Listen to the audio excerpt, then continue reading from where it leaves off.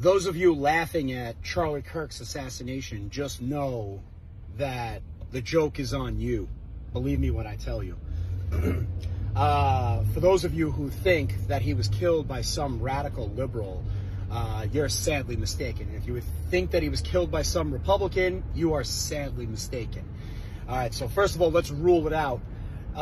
Myself and many police officers that I know who may lean towards the right, who get shooting practice and all of that, no way you're making that shot from 600 feet away perfectly.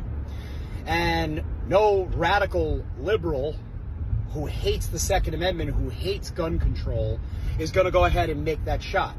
So he was killed by some higher power. And that higher power wasn't God. It's somebody higher than us, somebody that controls everything that we don't know about. So ask yourself, why was Charlie Kirk killed? Charlie Kirk was killed because he was effective.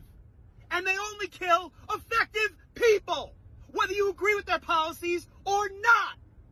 They killed Abraham Lincoln because he was effective, and not everybody agreed with him. They killed Martin Luther King because he was effective, and not everybody agreed with him. They killed JFK because he was effective, and not everybody agreed with him. The same way they tried to kill Reagan because he was effective, and they tried to kill Trump because he was effective. So just know, the joke is on you if you want to hand in your guns. Because what's to protect you from the higher power? Nothing! Those of us who served in the military are a little bit aware of hand signals being thrown up. And these two men need to really be looked into. With some of the sniper-looking signals, especially coming from the guy in the white and the guy in the black.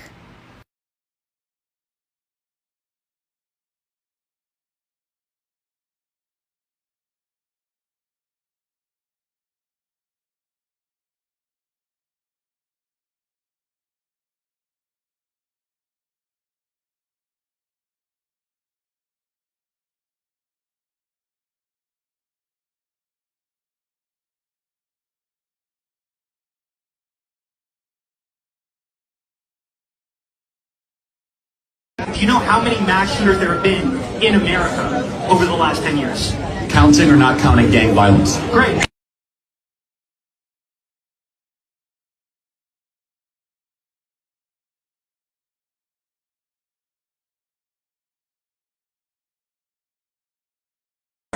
Over the last 10 years. Counting or not counting gang violence? Great. What happened to Charlie Kirk happened plain and simple because he was a truth teller. He wasn't rude, he wasn't disrespectful, he wasn't wicked, he wasn't immoral. What happened to Charlie Kirk, the assassination of Charlie Kirk, happened because he was a truth teller.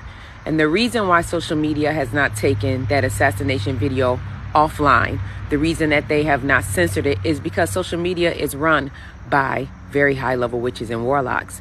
And just like back in the slave day, when the black men decided that they wanted to cause a revolt, and when they were caught, they made sure that they hung them in front of everybody to see. That is why that video is still being circulated and why it's not being stopped. Is because they want to show each and every truth teller out here, this is what's going to happen to you. They want to show each and every truth teller out here that if you don't cower down in fear, if you don't become silent, you will be assassinated as well. That video is kept up, and it is a sign of what they did back in the slave day when they hung the black man, kept him up there for days, weeks, and months. Just as you passed by, you had another level of fear. But my prayer is today, in the righteous indignation of God, that no truth teller become silent. My prayer today is that this causes a revival. One man's death causes a revival of truth tellers, millions of truth tellers, to stand up globally all over the world and speak the truth no matter who is listening. Speak the truth even in the fear of assassination. Speak the truth even in the fear of death. I pray that none of you cower down in silence. Let the righteous indignation of God, let the boldness of the Holy Ghost come on the inside of you and make you speak louder than you did before. There are still 7,000 that have not bowed their knees to Baal. And it's just time.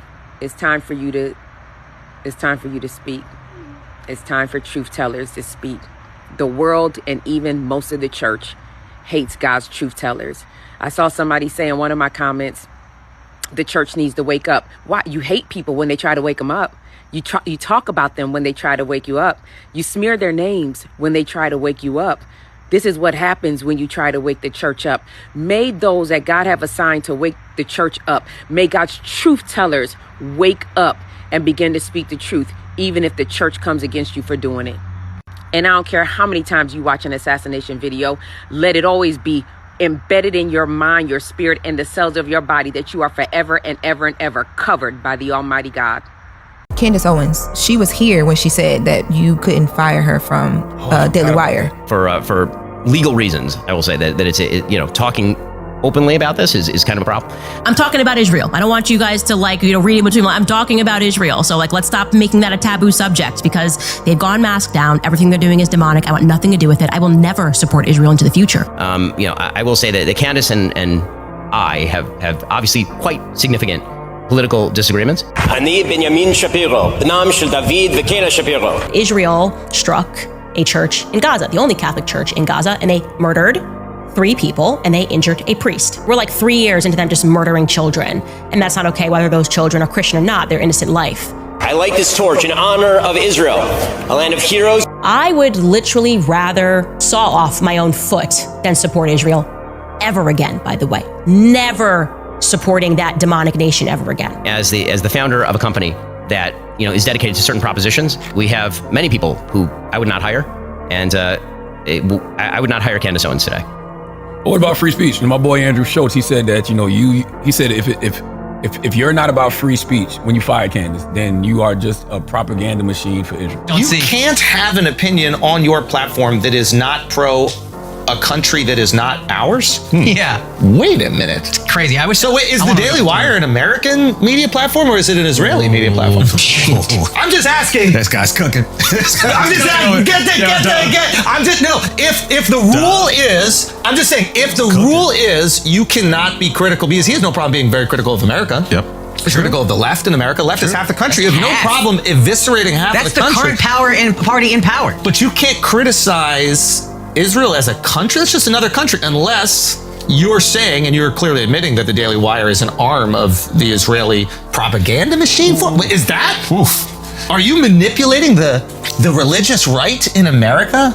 Are you manipulating the right-wing conservatives in America and selling them country western movies and putting on your little cowboy hat and fake moving to Nashville so that you could take all their money and then in the process restricting free speech, one of the core tenets of the American identity? Ben. Oof. Benjamin. What is happening?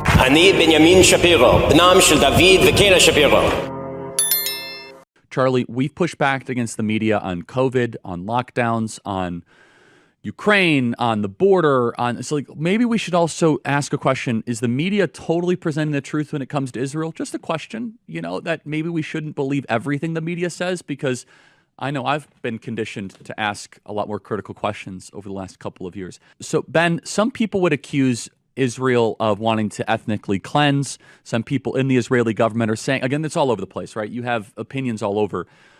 In your opinion, what would a good outcome 5 years from now be, and how does one respond to the claims of ethnic cleansing? Let's go back to May, specifically, of 1997. The NSA, right, had intercepted this really mysterious communication between an agent that was at the Israeli embassy and the head of the Mossad, this guy, Dan Yatam, okay? So they intercept this communication between the two of them, and the NSA, our security agency, begins freaking out. And that's because the agent told Dan that the Israeli ambassador, a guy named Eliyahu Ben Elisar, was looking for a copy of a letter. He wants a copy of a letter that the then Secretary of State, Warren Christopher, had apparently delivered to Yasser Arafat. Now, Yasser Arafat used to be the president of Palestine, okay? Now, according to the Washington Post, the exact language of that communication, and obviously we're translating this from Hebrew, was, quote, "The ambassador wants me to go to Mega," I want you to remember that, Mega, to get a copy of that letter. The Mossad head, Dan, then replied, "That's not why we use Mega." Instantly panic, as you can imagine, because that's a code name, Mega. Who the heck is Mega? What are they talking about? There's a Mega that can intercept communications. The NSA's investigation to identify who this Mega was, a mole, apparently, at the highest levels of the White House, a mole that had access to President Bill Clinton and his immediate entourage, maybe even a member of his immediate entourage. Suddenly, they weren't interested in finding out who he was. The entire thing, the investigation, was quickly halted without any official explanation as to why that was. Now, 2 years later, author Gordon Thomas would explain the real reason why they stopped looking into Mega. He wrote this book, Gideon's Spies, and in that book, he explains that the Israelis then just further threatened the Clinton administration. They threatened to release the tapes of the communications between Bill Clinton, President Bill Clinton, and Monica Lewinsky if the hunt for Mega, codename Mega, did not stop. Now, just a year after this NSA panic, in May of 1998, the Wall Street Journal publishes a very interesting article. It was published by journalist Lisa Miller, and it was titled, "Titans of Industry Join Forces to Work with Jewish Philanthropy." And it revealed in that article that there was a group coming together that was called the Mega Group, which was a private club of Jewish billionaires that were paying $30,000 annually towards this exclusive membership, and that would be meeting in secret twice a year. And what their goal was, quote, to achieve maximum impact on American policy toward Israel. Jewish communities have been pushing the exact kind of hatred against whites that they claim to want people to stop using against them. Now, I don't like generalizations. Not every Jewish person believes that. But it is true the Anti-Defamation League was part and parcel with Black Lives Matter. It is true that some of the largest financiers of left-wing anti-white causes have been Jewish Americans. They went all in on woke, and it wasn't just ADL. It was some of the top Jewish organizations in the country that have done that. In fact, we have seen this with the recent retreat of Jewish donations that are no longer going to be administered to colleges, right? Mark Rowan, Leon Copperman. Can we get that full list? It's very powerful. The part of the, so that's totally true. And by the way, Tucker Carlson reinforces this. So I'm going to it was quite a day on the internet. Tucker Carlson was interviewing Candace Owens. We have Candace Owens coming up next hour. And Tucker Carlson mentions that Jewish Americans have primarily been financing cultural Marxist ideas. We said this, by the way, last week, and people came after us. We were on top of it. We actually said it in a different way. We said, I'm glad that Jewish Americans are reconsidering their financing of cultural Marxism. And people misunderstood it intentionally and slandered us as being anti-Semites. But listen to this. Tucker Carlson is completely correct by saying this, that the philosophical foundation of anti-whiteness has been largely financed by Jewish donors in the country. And I will say this, the behavior by a lot, both privately and publicly, are pushing people like you and me away. Not like we're going to be pro-Hamas, not like we're going to, but we're like, honestly, the way you are treating me is so repulsive. I have text messages, Megan, calling me an anti-Semite. I am learning biblical Hebrew and writing a book on the Shabbat. I honor the Shabbat, literally the Jewish Sabbath. I visit Israel and fight for it. And there's another article out in the Times of Israel today. I could read it on air. I was just reading before I got on. Charlie, what are you doing? Like, why are you, what am I doing? I'm sorry. Like, let's just take a step back here. Like, I'm an American citizen. Yes, I want Israel to win. Yes, I'm a Christian. But like, some of the mess, and you saw, I mean, you've seen how I've been treated, Megan, by some, not all, by some. No, it's very irritating. It's been so unfair. They were coming after you after Turning Point for, among other things, that you had Dave Smith there. Dave Smith is allowed to criticize Israel. You had both sides. The Israeli side was overrepresented. No, you're not allowed to. It's even worse than that. Again, I just want to repeat for the fifth time. I love Israel. I want Israel to win. But my moral character is now being put into question, Megan. Not my decisions. Not like, hey, are you doing this? Is it smart or is it dumb? But no. I am a bad person if I do this. And I could go, I mean, you saw it, Megan. It was trending on Twitter, thousands of tweets and text messages. And if I were to be charitable and generous, I will say the people that are attacking me are in a hyper paranoid state because they're at war, and war tends to make things black and white, and you're a hammer looking for a nail. So I'm trying to be charitable, Megan. Literally, I'm trying to cut as much slack as I can, right? Like, okay, what would it be like if all of a sudden I'm starting to see a pattern of behavior similar to what my grandparents saw in 1930s Germany online? How would I behave? So that's like my charitable kind of overcompensation spirit. At the same time, I'm like, but it's not defensible to be dumb, right? Yeah. So, and it's offensive. It's offensive to those of us who have been out there defending them in many instances against critics on our own side. And now you have a couple of comments like, well, what about this? Well, has it gone on too long? Like, is it time to wrap it up? And the thing about Epstein is just so bizarre. I don't know who he was an agent for. It might have been Israel or an asset, or it might have been nobody. Yeah. But we're allowed to speculate about that. It's there's some rule. You can't go there when it comes to Israel. Well, you and I believe that we're Americans and Americans first, period. End of story. We are citizens of this nation, okay? That's right. Israel, we have funded, we have supported, and they're up against a sea of Islamic totalitarianism, and we should be cheering for them, right? Because they're up against barbarians and monsters, and we want them to win. However, here is Megyn Kelly and Charlie Kirk combined, probably 30 million social media followers, like pretty, right? And you and I have been holding this down, and you probably get the negative, oh, you're just shilling for Israel, whatever. I'm like, okay, I'm going to do what's right regardless of the feedback, right?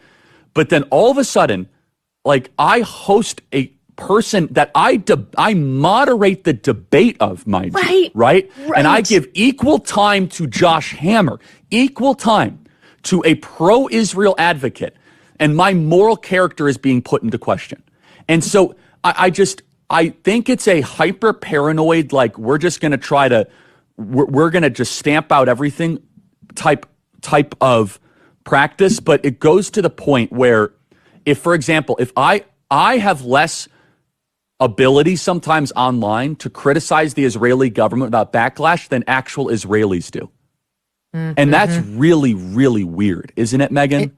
But it goes to the point where, if, for example, if I have less ability sometimes online to criticize the Israeli government without backlash than actual Israelis do. It's been so unfair. They were coming after you after Turning Point for, among other things, that you had Dave Smith there. Dave Smith is allowed to criticize Israel. You had both sides. The Israeli side was overrepresented. Though. No, you're not allowed to. It's even worse than that. Like, I host a person that I moderate the debate of, mind you, right? And I give equal time to Josh Hammer, equal time to a pro-Israel advocate, and my moral character is being put into question. And so I think it's a hyper paranoid, like, we're just going to try to, we're going to just stamp out everything type of practice. It's there's some rule. You can't go there when it comes to Israel. Well, you and I believe that we're Americans and Americans first, period. End of story. We are citizens of this nation, okay? That's right. Israel, we have funded, we have supported, like we're going to, but we're like, honestly, the way you are treating me is so repulsive. I have text messages, Megan, calling me an anti-Semite, but my moral character is now being put into question, Megan. Not my decisions, not like, hey, are you doing this? Is it smart or is it dumb? But no, I am a bad person if I do this. And I could go, you saw it, Megan. It was trending on Twitter, thousands of tweets and text messages. It's offensive to those of us who have been out there defending them in many instances against critics on our own side. And now you have a couple of comments like, well, what about Bibi Netanyahu trying to spin this into, he's my good friend, I just invited him. Well, Tucker Carlson completely shredded that narrative. He also brought in Megyn Kelly and other people, and he spoke about what Charlie was going through because he saw him very shortly before his assassination. And he intimates to everybody what it was exactly that was on Charlie Kirk's mind and what he was living through in that moment. Take a listen. So time after time, Charlie would call me or come to see me and let me know, wow, or show me text messages. These people are really mad that you're speaking. And I would always have the same thought, like, I feel pretty moderate, actually. I've never been an Israel hater. Obviously, I'm not an anti-Semite. I just don't want more wars, and I don't want a foreign country humiliating my country and telling us what our laws have to be. I mean, this seems like pretty basic America First stuff, and he would say, I totally agree with you, but they want you off the stage. And I would always say, no problem. And he would say, no, it's important. It's a matter of principle. I want you to be there. Great. But I think it's important to say that out loud because it's a fact, and there are many liars out there trying, Bibi Netanyahu, number one among them, shamefully, who are trying to distort the truth, a truth that I know and can prove. Charlie is not the only one who's been threatened or was threatened to cut ties with you or not platform you. I too have gotten that, especially since you've been more outspoken on Israel. There is a layer here of nefarious pressure to have certain narratives go only one way. Yes. That must be called out and must be fought. It takes a truly demonic spirit, right, to be a part of the people that were swarming, pressuring, threatening, intimidating Charlie, to then flip in 1 second after he dies and say, pretend it never happened, like they were just great friends. That's weird to me. They did it at first regarding me last year. They insisted. And I said, Charlie, I couldn't even come up for air. I said, Charlie, don't even think about it. I don't even care. Don't even fight your donors. Like, just let them think they won, because I got to rebuild my entire life. I was just publicly fired. You know what I mean? Like, this is not, you're good. Like, you are so good. I couldn't even care about this less. Like, you're a brother to me. Do what you have to do to survive. Okay. And then he just saw them moving into, it wasn't just Candace. They wanted Tucker. I'd like to talk to Tucker. Tucker shouldn't be here. And then Charlie realized which way the wind was blowing, because it's never enough. It's never enough with them. Okay. They want to be the authority on speech. And it is reality that those very same people who were pressuring him and threatening him and intimidating him and calling him an anti-Semite and telling he was hosting anti-Semitism, then became the fastest people to try to eulogize him and to say, look no further. He effectively died for Bibi Netanyahu. It's wrong, and we have to stand up to that narrative. Before I let you go, I want you to address one thing, and it's just the absurdity of it. Some of the internet rumors that somehow Israel is behind the Charlie Kirk murder, and I don't believe it for 1 second, but I want you to make a statement. It's so absurd. That's insane. That's insane. Israel also changes the orbit of the moon. Israel pushes the sun. I mean, the whole thing it's not only insane. I think it's so absurd, so stupid, and so ridiculous. You can't believe that people are saying that. They just found the perpetrator. They'll get to the bottom of this, but they go. They have no limits. When you hate Jews, when you hate the Jewish state, you're willing to say anything and promote all these absurd rumors. And by the way, they're willing to kill us all the time. I mean, that's what they're doing. And over the centuries, when Jews, especially in the Middle Ages, the horrific Middle Ages, the worst things were said about Jews you couldn't possibly believe. We were poisoning the wells. We were drinking the blood of Christian children. You name it. I mean, these things, that continued actually up to the Holocaust. The Nazis said the same thing. We're carrying vermin. We're spreading disease. And people believed it. And every time they believed it, this was a prelude to a greater and greater massacre, culminating with the worst massacre of them all, the Holocaust. Well, since then, we've learned, when people spread these lies about us, prepare yourself for the assault. And, they're trying to delegitimize the state of Israel. Charlie Kirk said to me that, he wrote me this detailed letter, you have to fight the slander. These untruths, these vilifications have consequences. And he was right. But I'll tell you one thing, we're fighting on the battlefield against the terrorists and winning. And he was fighting on the battlefield of ideas. And I think he was winning. He was going to win. That's why they shot him. I hope they don't silence him. I don't think people will give in to these ridiculous lies. Lies that Epstein, with his little friend Ghislaine and Ghislaine's father, Robert Maxwell, who was obviously a spy of the Israeli intelligence agencies, that there was something else going on here. Epstein was not some sort of whiz kid hedge fund manager. Epstein was playing a part. Epstein was a LARPer. Epstein was cast for a specific role, and he played it really well. The sweatpants and the Harvard jacket, the kind of disheveled hair, looking as if he was so smart and above the clouds that he was doing advanced mathematic equations on the back of napkins. But if you actually go into some of the videos of people that met with Epstein at the time, they said he was awfully unimpressive when it came to finance and markets and economics. And it's nothing new that if you're in the intel agencies, you want to try and get as much blackmail on powerful people as possible. Easy, not hard.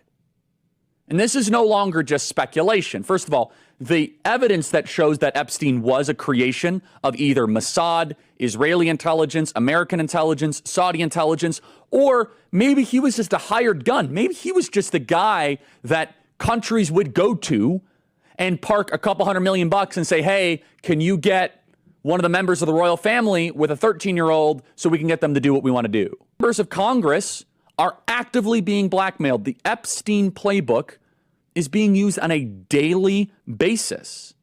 Jeffrey Epstein was not a financier. He was not a hedge fund manager. Jeffrey Epstein was a key player in a multi-decade blackmail operation against the most powerful people on the planet. I think the DOJ should immediately move to unseal all the Epstein documents in the Southern District of New York. Yeah.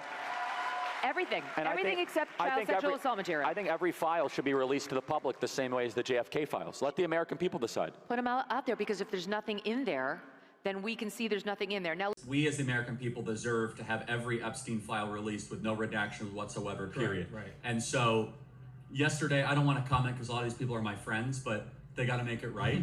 And we, the American people, ran on transparency. We deserve to see the entire client list. Yeah. Every document the government has regarding the Epstein files, we, the American people, should have on an easy-to-access website immediately in a very, very quick fashion. I'm pushing for that both privately and publicly, just so you know. But on a human level, you can see how hard the president is taking this. My condolences on the loss of your friend Charlie Kirk. May I ask, sir, personally, how are you holding up over the last day and a half, sir? I think very good. And by the way, right there, you see all the trucks? They've just started construction of the new ballroom for the White House, which is something they've been trying to get, as you know, for about 150 years. And it's going to be a beauty. Yes. He's at the fourth stage of grief, construction.